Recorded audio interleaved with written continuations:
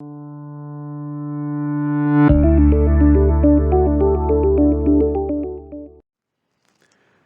global factory. The global economy has become intensely competitive, yet globalization and advancements in technology and transportation have allowed multinational enterprises to reconsider and reorganize how they manage their international operations. The global factory is an illustration of this. Global factories are managed by so-called lead firms.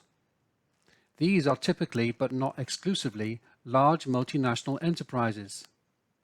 They control and orchestrate their global factories with the objective of achieving both flexibility and strength.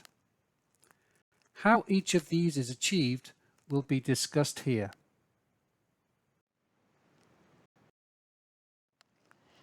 There are two key strategies a lead firm must use to achieve flexibility and strength. First, the lead firm reviews and reflects on its activities and assesses whether certain activities can be separated from others. Such fine-sliced activities can then be outsourced to organizations that can execute them more efficiently, or they can be kept within the firm and offshored.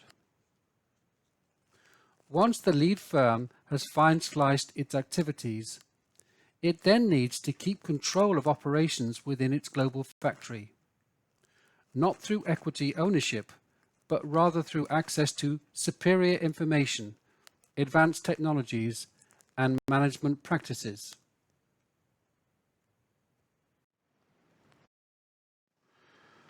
The location of fine-sliced activities in geographies that are most suitable for them, along with the control of such activities within the global factory, have together been labeled as the orchestration of global factories. So what is the result of this approach? The multinational enterprise can fine-slice typical headquarter operations, such as research and development, design, financial and human resource, and localize them in full or partially in different locations. While the more typical focus of fine-slicing is the production of goods, the lead firm may decide that actually it does not need to own the final assembly of the product, but can outsource all such activities to suppliers across various tiers of the global value chain. Ultimately, the lead firm brings the separate services of goods together to serve its customers. In summary, the global factory is achieving flexibility and strength by fine-slicing activities and then relocating them within locations and organizations that can produce them most efficiently.